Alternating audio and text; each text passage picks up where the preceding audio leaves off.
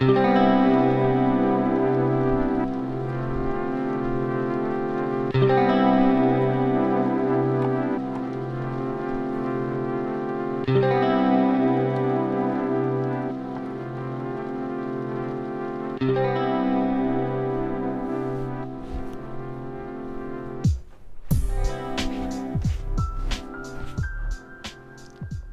going on, everybody? My name is Chris Burdett, aka the Budget Developer, and welcome to my channel. So today in this video, I'm going to be going over my sinking fund budget for the month of March. For those that don't know what a sinking fund is, it is a small amount of money that you set aside each month for a certain block of time before you spend it on a future expense.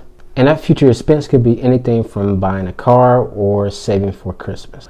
Alright, so with that being said, I'm going to change screens and we're going to focus on the Google Sheets that I have pulled up here on my computer screen. And this template that you guys are going to see is a template that I created to help me keep track of all my sinking funds as well as how far I am from reaching my goal. Alright, so let's take a look at it.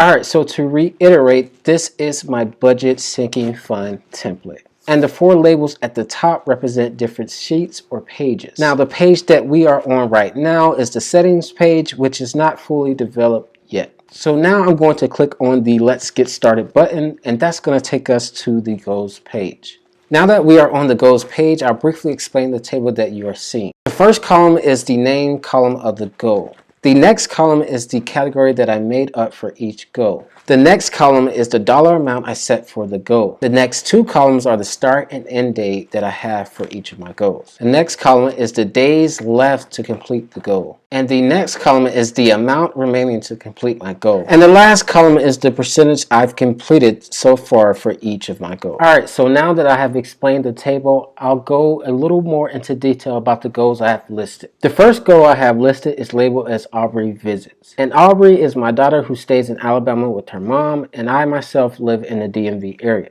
Alright, so for this specific goal, I plan to save $1,000 by the end of October. And this $1,000 will be mainly spent on plane tickets to see my daughter. So this next goal I have listed is labeled as Save for Texas Trip. And this is a trip I plan to take for my birthday in June, and my goal is to save $600 by the end of May.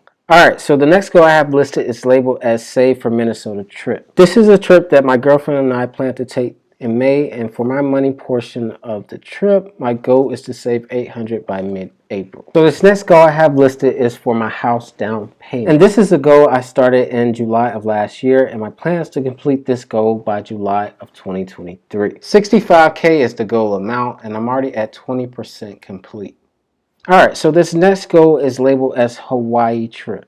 This is a trip that my girlfriend and I plan on taking in October for her birthday. And for my money portion of the trip, my goal is to save $1,500 by August. And this last goal is a fund I created for Mother's Day, and my goal is to save $500 by the end of April. So now I'll move to this next page, and this is the page where I'm going to enter my contributions for the month of March, as well as any contributions that I've already made previously. Now I'll go ahead and enter any past contributions that I've made to my goal, and as you can see, I've already entered in the amount I currently have for my house down payment goal, which was entered in on February 28th.